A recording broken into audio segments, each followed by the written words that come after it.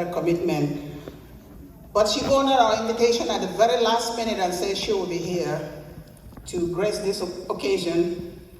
And this person, the request went out late, but it is an honor again, as I said, and I'll repeat that, for her to be here.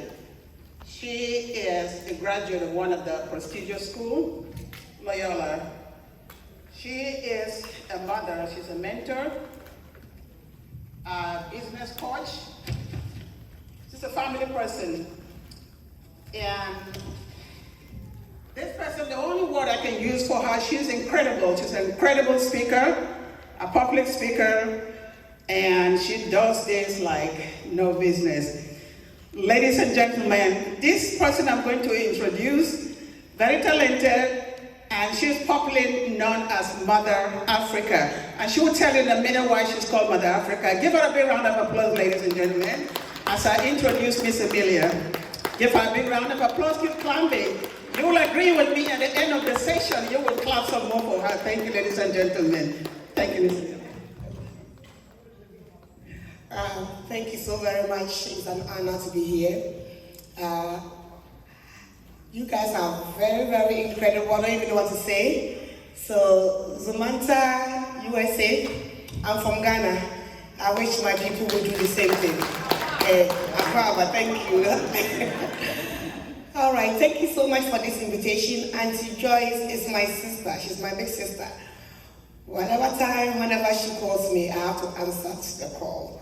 So that's why I'm here, and it's a privilege. Because as she said, my nickname is Mama Africa, is for a reason. Okay, so I'm a CPA. I worked for the federal government as a federal auditor for almost 11 years, auditing banks for the US government. And about 6 years ago, I decided to give up that career to lead a very powerful crusade in our community. Okay, and the crusade is called Financial Empowerment. Yeah. So, and the reason why I gave up a very lucrative career, I always say my employee badge was even more powerful than my US passport, but I gave it all up. Why? My husband is the reason.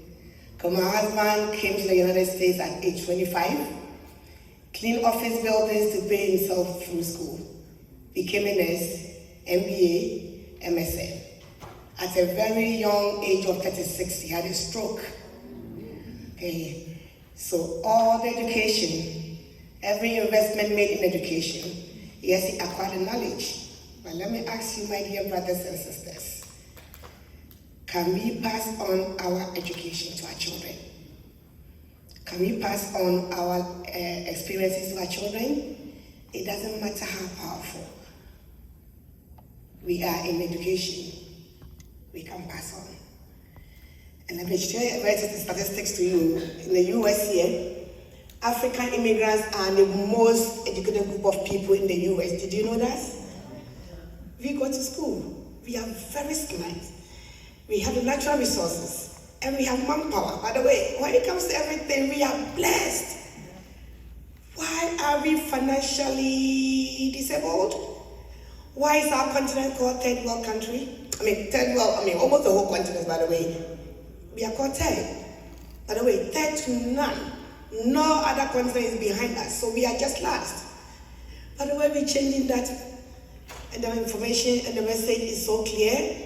We're going to learn about financial education. Because I've created my own formula, okay? Formal education plus financial education plus applied financial education equals to significance, equals to life of contribution, just like we are doing right here. Okay, so if we do not learn and make so much money, it will be very difficult to give if you don't have enough. So conversation is going to be short. Please ask me questions, and I'm going to read from somebody. I don't know, has anybody read a book by Robert Kiyosaki? Robert Kiyosaki, Rich Dad Poor Dad. Okay. There's a quote from him, hopefully I can read without my glasses. It says the main reason people struggle financially is because they have spent years in school but learned nothing about money. Okay, the result is that people work for money, but never learn to have money work for them. Very powerful quote. We work for money. So husband is going out, wife is coming in, children raising themselves. It's not a good life at all. So today, I want you to please pay attention and listen to what I'm going to say. Okay? We are going to learn how to have money work for us. And how are we going to do that? Who has heard of financial industry before? Financial industry. There are 3 sectors that make up financial industry. We have banking, we have investments, we have insurance. Okay, everybody knows about bank. Even maybe that we bring out today, it has a big bank, right? Okay, so we're going to talk about banking. What is banking? If you ask me, banking is susu, right? You do susu. Ghana, we call it susu.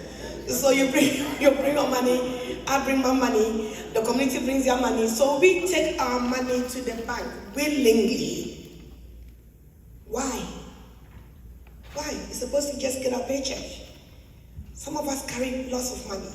I met somebody from Ethiopia, an African pharmacist, runs a pharmacy business, has close to $1 million cash sitting in the bank. And I asked him, why? He said, because it's safe. I said, safe? Who thinks the bank is safe? The bank is just like your house. If you think keeping your house is not safe, and you take it into the bank, somebody can break into the bank as well. So what makes the bank safe? FDIC, you get it? Federal Deposit Insurance Corporation. The other sector, the third sector, which is insurance. Thank you. Okay, now let's talk about banking. We take our money there. What interest do they give you? Nothing. Okay, how does a bank make money? Well, if it's our money, how do they make money? I want you guys to be interactive because you just ate lunch, so you don't sleep. How do banks make money? Charges, fees, interest. So our own money they give back to us. I wish I had it. By the way, next year I will talk to you again. Wherever you go, I'll go with you next year. Okay, so I can have time to get to know you guys and spend time with you. So the banks take our money and put it on a plastic. Give it to us as a credit card. And they apply. By the way, we're going to learn how to have money work for about by applying that financial concept of compound interest. Compound interest, Albert Einstein calls the 8th wonder of the world. He says that he who knows compound interest earns compound interest. He who doesn't pays compound interest to those who know. So you know what is happening? Now we give them our money and they grow it compounded. And who is paying them? We. They give us a credit card, 24% in our community, average credit card interest rate. The formula for compound interest, Albert Einstein says, is number 72 divided by the interest rate you earn on your money or you pay on your debt. The number you get is number of years it will take your money to double.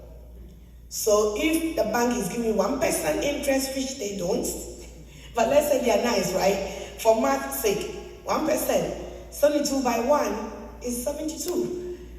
So if you have your money, I'm 55 years, so let's say I have money sitting in the bank, and I'm getting 1%. 72 years later, before my $1 will become $2. 55 plus wait, insert your age. 55 plus 72, how old would I be? I'll be long gone. I wish I could still be here. Is what I mean? So when we think we are saving to build wealth, it does not work, my dear brothers and sisters. It doesn't work. That is why we are still broke.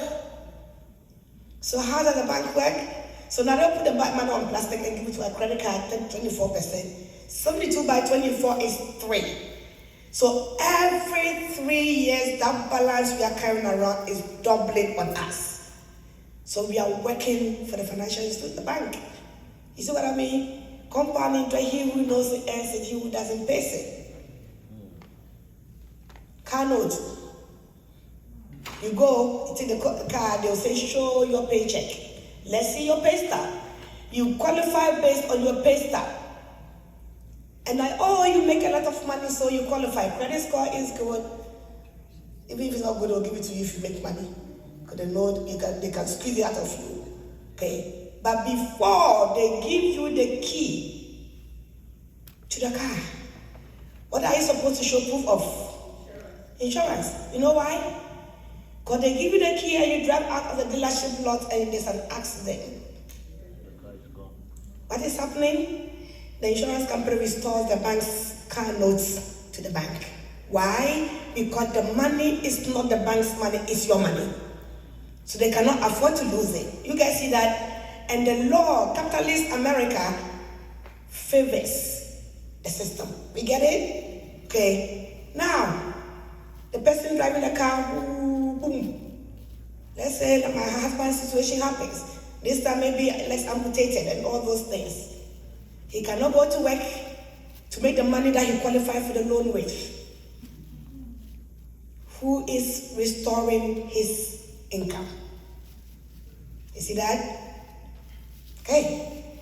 Now let's go to homeowners. Who owns a home here? Okay, who has a mortgage? Now, 30-year mortgage is a long time. Before they even give you the closing date, you are supposed to show proof of homeowners insurance. Okay, why? Do you think you are insuring your house? No. You are insuring the bank's mortgage. So if the house burns down, now quickly, the insurance company restores the bank's investment in the form of mortgage. You see how the institutions are using the third one, the insurance? So how do we use the third institution? If we are going to the third institution, we're going to get a homeowner's insurance to protect the item, the thing. Okay, we're going to get the auto insurance to protect the thing called the car, the bank's investment. What else are we using the third sector for? By the way, the third sector is the richest. While we make money for them, we pay all these things we don't claim. Now, how does the bank make money again? So they cannot keep all the money we put there as loans. It's not allowed. Banking regulation prohibits that. So they have to have a reserve. Where are they growing the reserve? Insurance. You guys get it? Okay? The bank is a thing. It's not a human being. But we have been brainwashed by the system so badly. Okay, because it's not taught in school. So the bank's reserve is sitting in insurance strategies. By the way, I don't call it policies because it's a strategy you need to know and understand to use.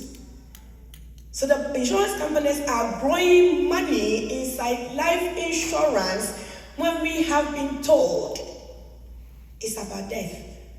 If it was about death, why is it called life? You get it? It's life for a reason. It's about a life we live here. There's one that is about death. Unfortunately, that's what they tell us. Because we are used to buying stuff. So they use cost to get us. We are not used to value. We get it? Please, I hope I'm giving somebody an epiphany here. Okay? Value is what we miss because we don't have any patience to build anything. So the banks, by the way, Bank of America, as I stand right here, as of last March, had 22.4 billion cash in insurance. Are they thinking of death? When are they going to die? Okay, they're thinking of borrowing the money By the way, I'm a CPA. There's a tax code called 7702 that protects money growing inside life insurance. Life insurance as a strategy is not taxable. US tax code 1913. The tax code is as old as the US tax code itself. But we are thinking, oh, my job lasts me. They give me group 10 and they give me 401k. Wow. They love you so much, they'll pay you what you ask for. So my dear brothers and sisters, let me tell you, the third industry is where we have to go. It's not about death. The term life they're telling us, the group term, that is where you have to die. And how many times do we die?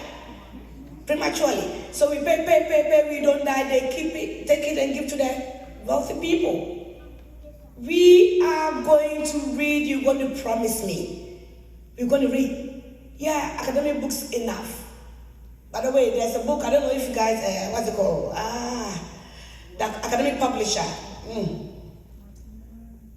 No, how could I forget?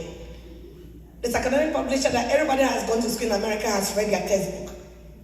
They are on the list of companies. McGraw-Hill, yeah, okay, have billions and millions of cash sitting in life insurance. Who gave them the money? We did, because we are the most educated group of people in the US. So we fed that company money.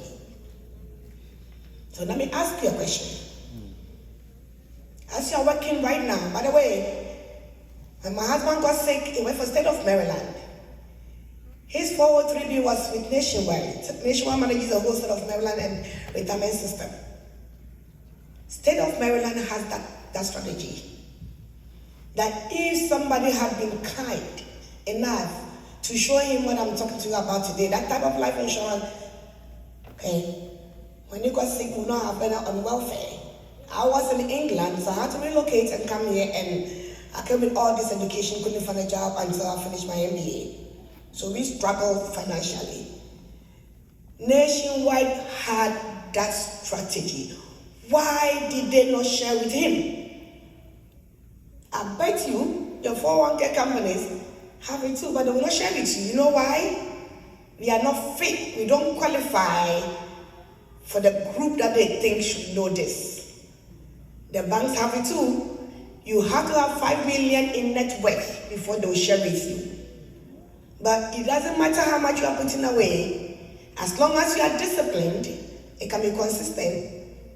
You can put away as little as $20 a day. Okay? Depending on your income. $100 a day. Depending on your income. $10 a day. Depending on your income or how fast you want to build it. So I'm going to end, I don't know how much time I have, but I'm going to end, okay, with these questions. Oh, let me take the title of life insurance, by the way, but no term.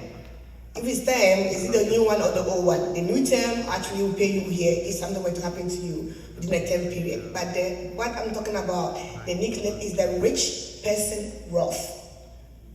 Okay, rich person Roth. Now, as you are working right now, as whatever your profession is, bringing home the income, may God forbid, if my husband's condition were to happen to you, now please reflect on this. How much of your annual income do you have saved?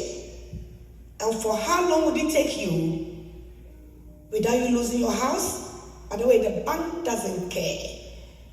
If you don't pay the 30-year mortgage all the way to zero balance and something happens, they'll keep all the money you pay and they'll throw you and the family out. That's the American system. So ask yourself again, if my husband's condition, by the way, and according to US Department of Human Services, the condition is happening every 40 seconds in the US. I'm sure you know someone who has had a heart attack and maybe survived or died. Someone who has had a stroke, that is disabled, cannot go back to work. Cancer, all those things, critical illnesses are happening left and right. And who is getting hit so badly? our community. Why? Because we are working for money. So we are not even sleeping. 2, 3, 4 jobs. So we get hit. And we don't have a lot of money saved. So what we are telling our people, okay, that there are several types of life insurance. I don't have time. But if you call Auntie Joyce, I can do one-on-one and explain to you. By the way, we need the word to get out there. I'm calling Africa for a reason. We need to train our people to carry the message to their communities. And by the way, you know what? Whether they know it or not, the companies are paying us a lot of money to just educate our people. Maybe they haven't realized it yet. By the time they realize that Africans are no longer third world country, it will be too late. Because we are building and we are getting there. So if you know somebody looking for extra 2,000 a month or 3,000, please, our mentor, train, because we need a way to get out there fast. Because if we don't get to the people before they get sick, they don't qualify. You get it? Like my husband doesn't qualify. And let me ask you, by the way, it's an interesting thing that nobody wants to talk about. What if we made so much money? So much. And it's relative. It's relative. Thank you. So what your so much is, okay? You pay so much taxes on it, right, in the US? What if you made it on a 1099? There are 2 tax codes in the US. One for the informed, one for the uninformed. I'm putting my CPA card for now. The uninformed are those who make money on W-2. You don't have any leverage.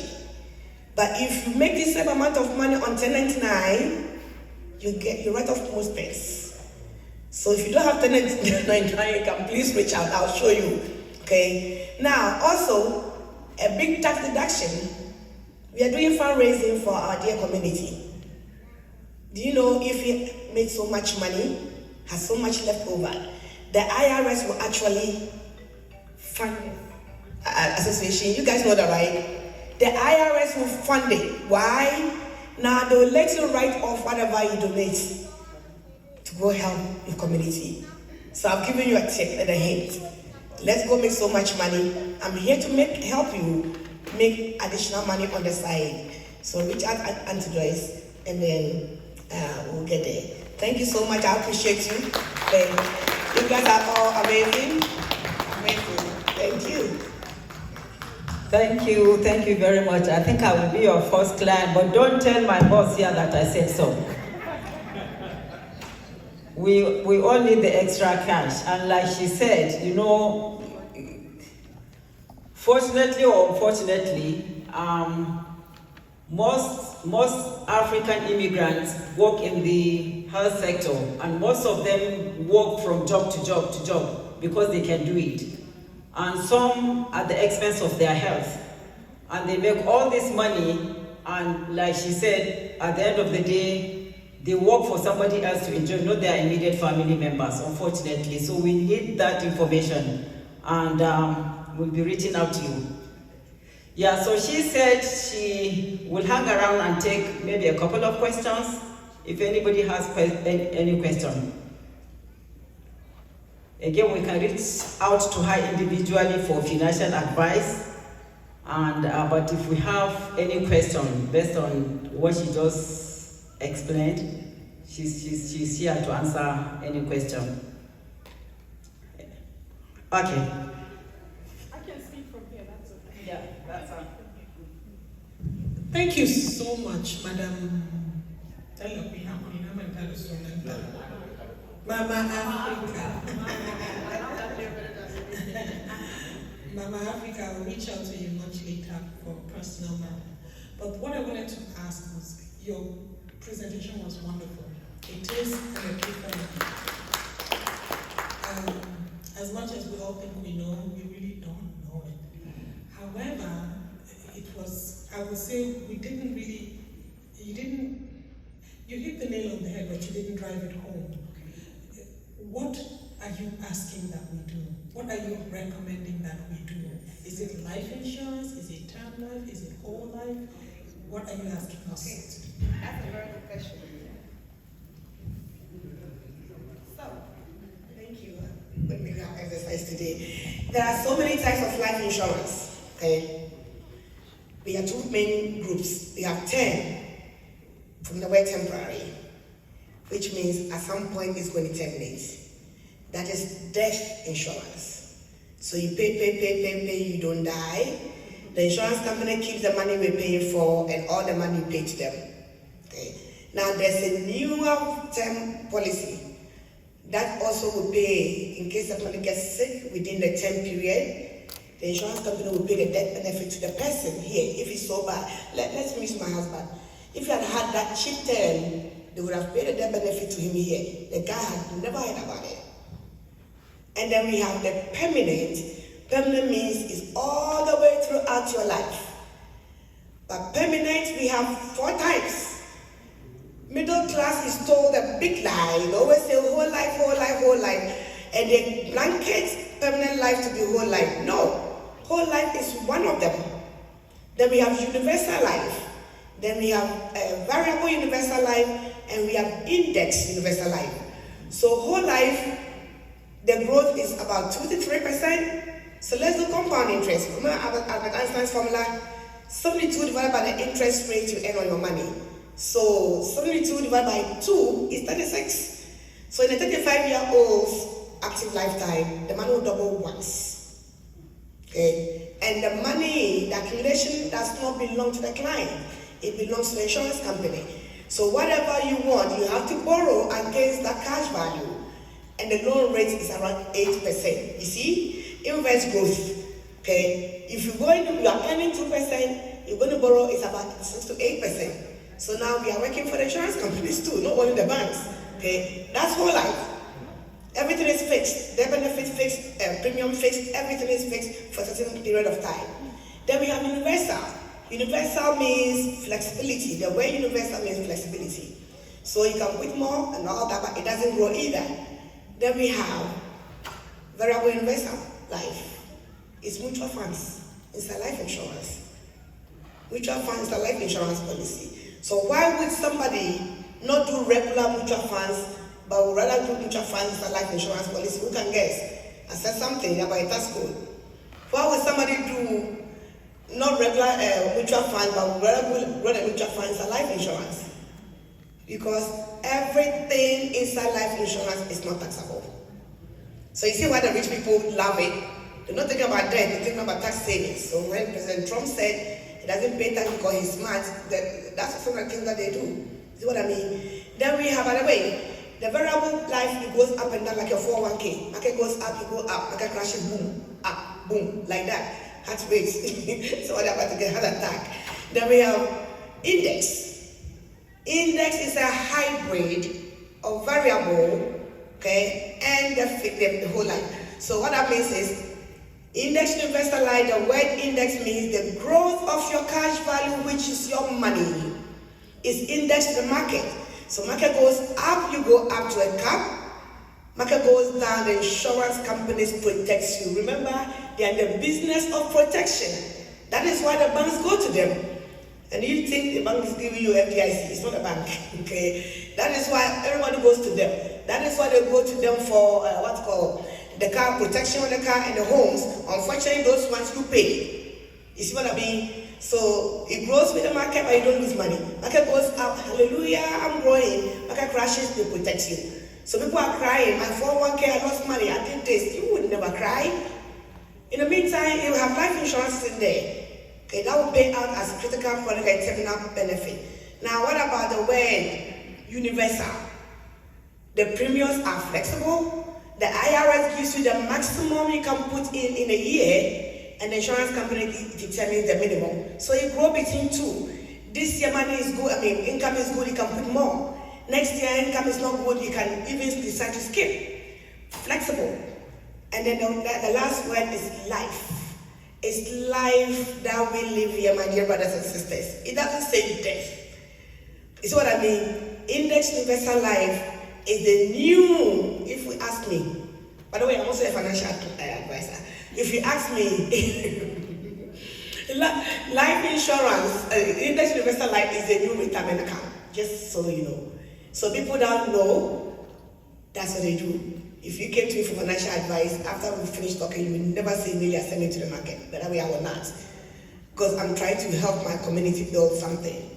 And it's not where they are telling us. So in the nutshell, what am I telling you? If you would qualify,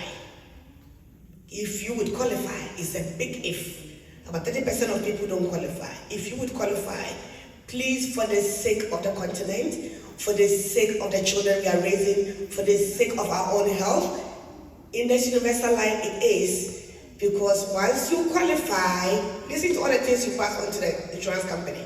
You pass on the risk of you getting sick to the insurance company. You pass on the risk of you losing money to the insurance company. You pass on the risk of not growing inflation to the insurance company. You pass on the risk of somebody, you owe someone, they garnish your paycheck, they put a lien on your house. The IRS cannot even touch that.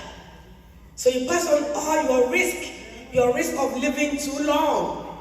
Because that's another risk too. People live too long and don't have money and they become homeless. That's another risk we don't think about. We say we'll go home.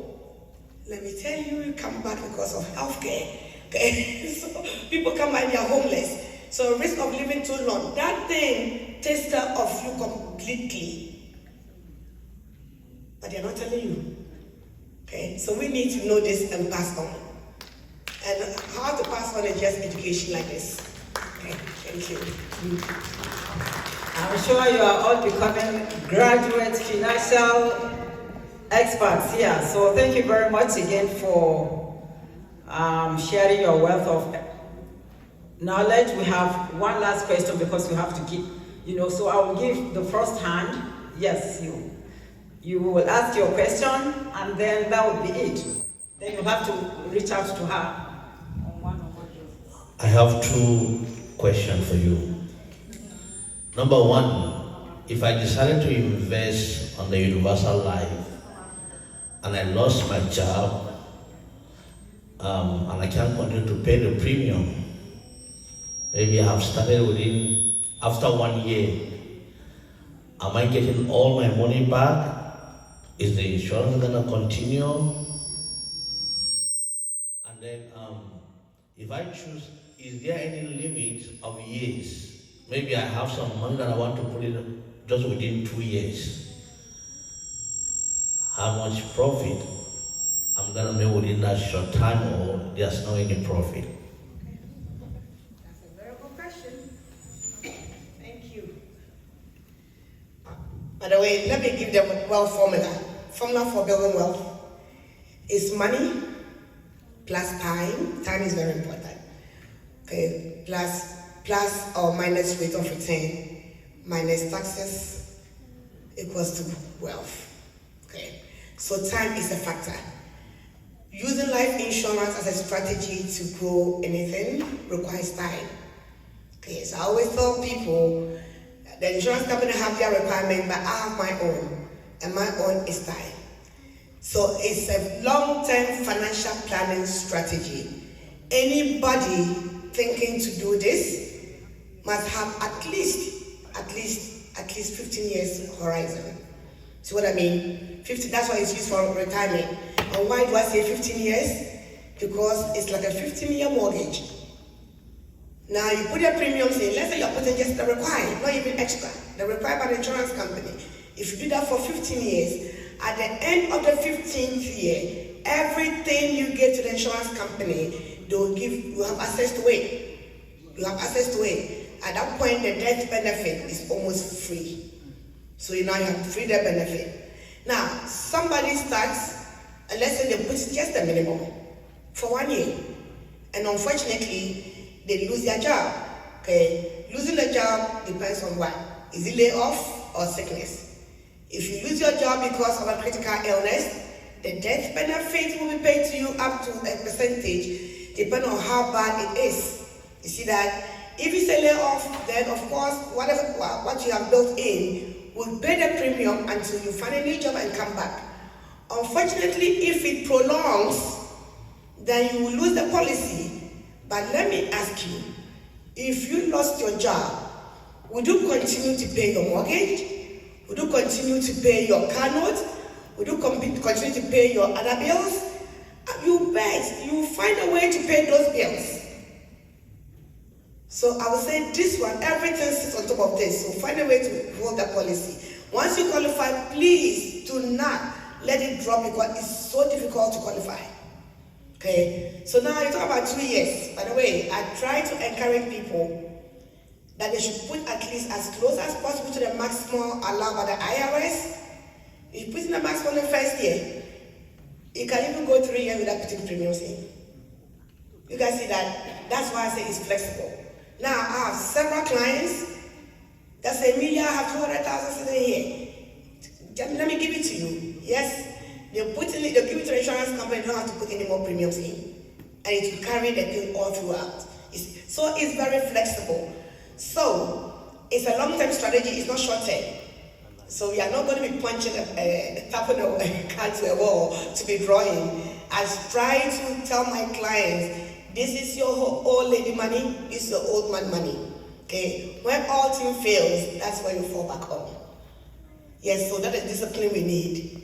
So it calls for a lot of discipline. I know it's difficult for us, but anything that we start, we can continue.